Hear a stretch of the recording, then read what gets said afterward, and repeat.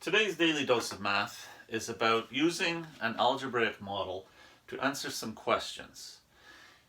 It's for the Secondary 2 algebraic modeling course I teach, where they introduce a model of the form y equals ax, where a is some number. But the model can't just have an equation. You have to explain what your x is and what your y is in order to have people understand your model. So in this case, x is the number of people, y is the number of dumplings, and then we have y equals 10x. And what this is saying is every person is getting 10 dumplings. The problem with that is it is a bit too simple, and the temptation for my students is to realize they just have to multiply the number of people by 10 and they know the number of dumplings. They're able to figure out answers in their head and write down the answer, but they're not justifying it. What is wanted from the students in this type of question is they want you to use the model. So they give you a model that's already made for you. The x and the y are defined and you have the equation. And then a is saying 4 people, how many dumplings? So I'm going to use my model to answer question A.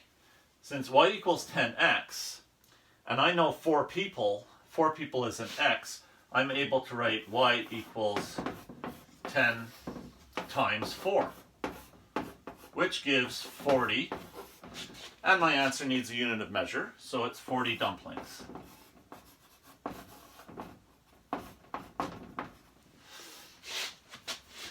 Then there's B.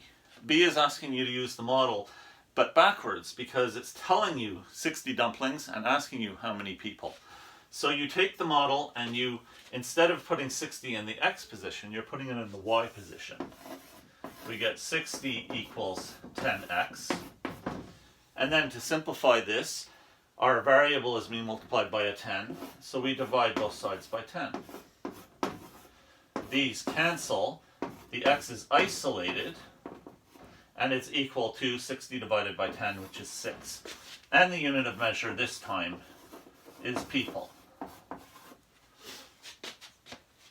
So this is how you use a given algebraic model of the form y equals ax in order to answer questions.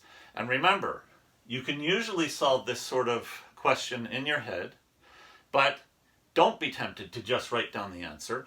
Use the model when you're answering the question, and also don't forget to apply the unit of measure to your answer. That is today's Daily Dose of Math. Please like, subscribe, and share.